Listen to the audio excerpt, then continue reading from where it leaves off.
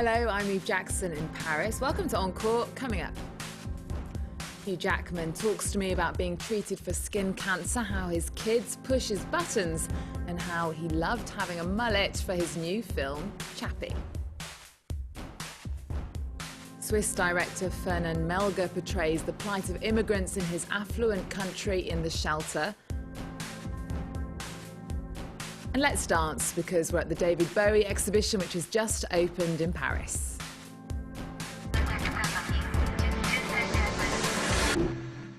Thanks for joining us. He's best known for playing Wolverine and for being voted one of the sexiest men in the world. The actor Hugh Jackman has been in Paris to promote his new film, Chappie. It's the story of a fallen police robot reprogrammed to think and feel for itself. He plays the bad guy in the thriller, which also stars Sigourney Weaver and Dev Patel. I caught up with him. Vincent Moore is a former soldier. The problem with artificial intelligence is it's way too unpredictable. The Scout's creator, Dion Wilson, sees a rich future. What interests me is a machine that can think and feel. What's that? Chappie's book? Yeah, it's yours. Chappie's got stories. Chappie's got a book. The Scouts are a huge success. Stop worrying about these pet projects. Hugh Jackman, welcome to ENCORE. Thank you for joining us. My pleasure. Pleasure to meet you. Now, what appealed to you about Chappie? Was it the robots? Was it the fact that you were playing a baddie? Neither of those first. The original hook for me was Neill Blomkamp. I was a big fan of District 9 when it came out.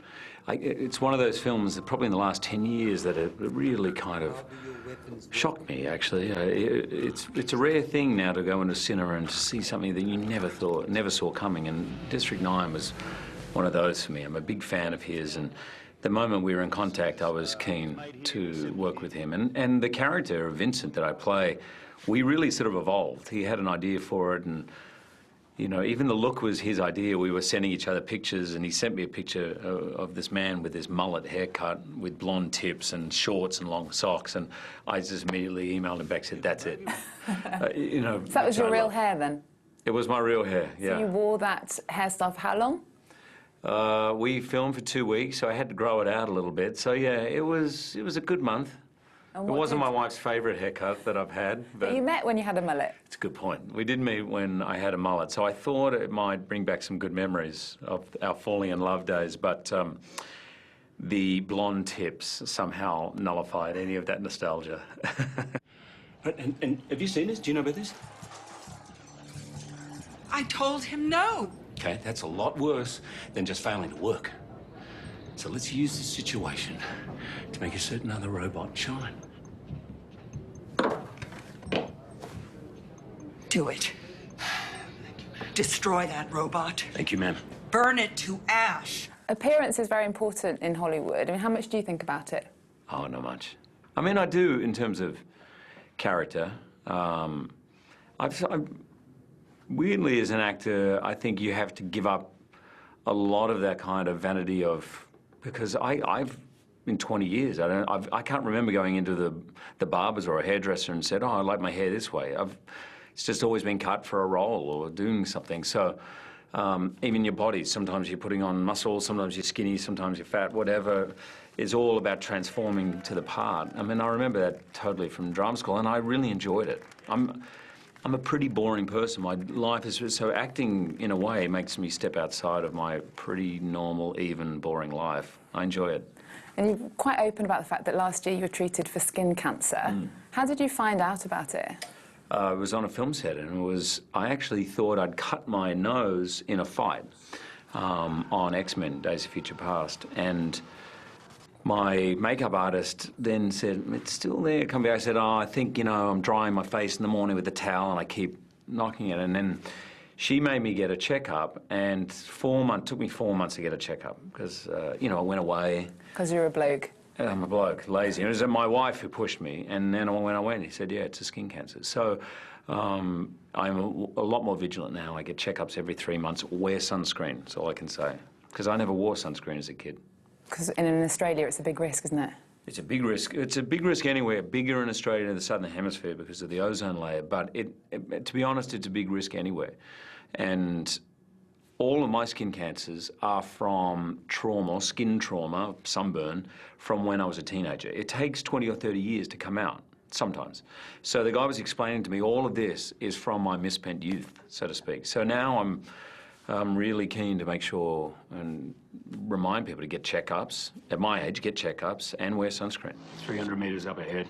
Approach slowly. Stop at a safe distance. Hey, boys.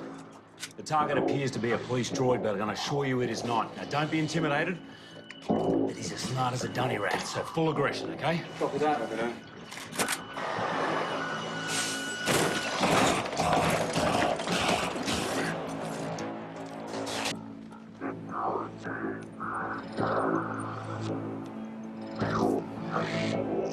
Oi! Hugh, you're famously easygoing. There doesn't seem to be anything bad written about you. Really? Do you ever lose it, like your character in the film? My character in the film would pretty much push his grandmother under the bus for what he wants. So I don't think I go that far, but I do lose it. I mean, what has been amazing to me about becoming a father is how your emotions can get stirred by your kids, or by, I don't know if it's a lack of sleep sometimes or just the crazy, but they can touch buttons in you, your kids, that have not been touched in years. I mean, I used to be, you know, like all teenagers, I'd have a short temper, I'd play rugby, I'd get into fights, I'd do all of that, and then I was pretty even, calm sort of person after that.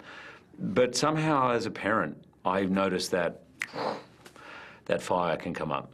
And do you have any computer talents? Very few computer talents. No, I would, in the bell curve, I would be somewhere on the bottom half of it. But I'm someone who's open to it, and I use it. But I have a computer. I'm sure whoever created the computer I have, I don't want to give the name, but whoever created would be frustrated by people like me, because I pretty much surf the web and do emails. And I do have a calendar on it, and that's about it.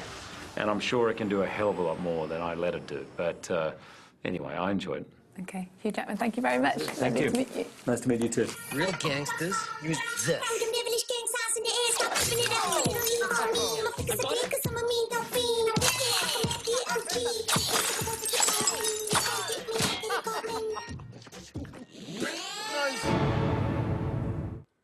Isn't he lovely, Hugh Jackman? Now, the Swiss director Fernand Melger has made the plight of immigrants being pushed out of his wealthy country the central theme of his films. The Fortress and The Flight focus on detention centres for immigrants and asylum seekers.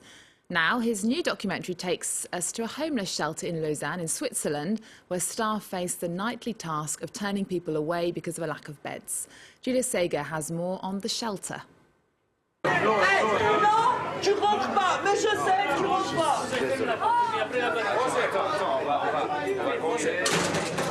C'est la première fois que tu viens, hein? Toi aussi, hein? T'es né là-bas. Nervousness, stress, and bursts of violence in front of this emergency shelter in Lausanne. Like every night in winter, homeless people, most of them immigrants, undergo selection. Faced with freezing temperatures, the number of people looking for a bed is more than the facility can handle. Priority is given to women and children, and families are often separated.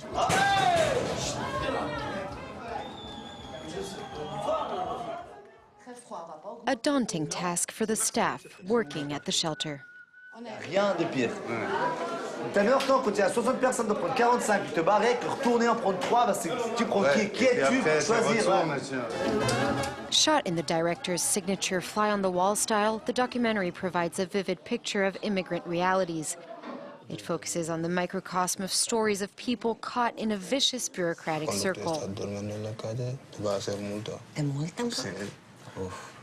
In this third documentary, Fernand Melger has once again placed immigration issues at the center of his work, an echo of his own personal story. I'm Swiss today. I'm happy and proud to be Swiss, but I don't forget that I'm Spanish-born. I was an illegal migrant. When my parents come in early 60s, they are allowed to work, but they can't come with the children. And I belong to a generation who the name is cupboard generation. We have to hide in apartment. And for me, when I make my film today, it's I don't forget where I come. Before shooting, Melgar spent 6 months sleeping in the streets and developing relationships with the people whose difficult life he portrays, people he keeps in touch with and helps financially with the movie's revenues. A new exhibition opening here in Paris will have David Bowie fans dancing in the street. The David Bowie Is touring exhibit is now on show at the new Philharmonie de Paris. It includes more than 300 pieces of rare memorabilia. Mark Thompson has more. A behind-the-scenes look back at a genre-defying 50-year career in music and film. From his fashion to his handwritten lyrics, David Bowie's rise from Davy Jones to Ziggy Stardust and beyond is chronicled under one roof.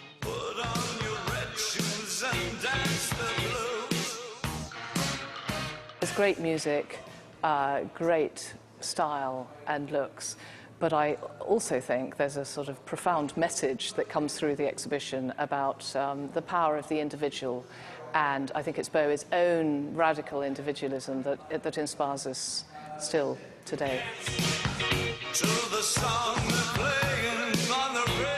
Among the rare snippets of sound and vision on display, early recordings and footage of the Thin White Duke as a mime artist sat alongside self-portraits and childhood drawings of futuristic aliens. And the exhibition is almost as well travelled as the man himself. Having opened in London's V&A 2 years ago, it's since travelled to Sao Paulo, Berlin and Chicago. If you were looking for someone who had permeated the culture in the last 50 years, you'd be hard put to find someone who has the range and the breadth and the reach that Bowie has. The David Bowie Is exhibit runs in Paris until the end of May, giving French fans just a few months to relive their hero's golden years. And that brings us to the end of the show. Remember our website, we're also on Twitter and Facebook. There's more news coming up on France 24 after this.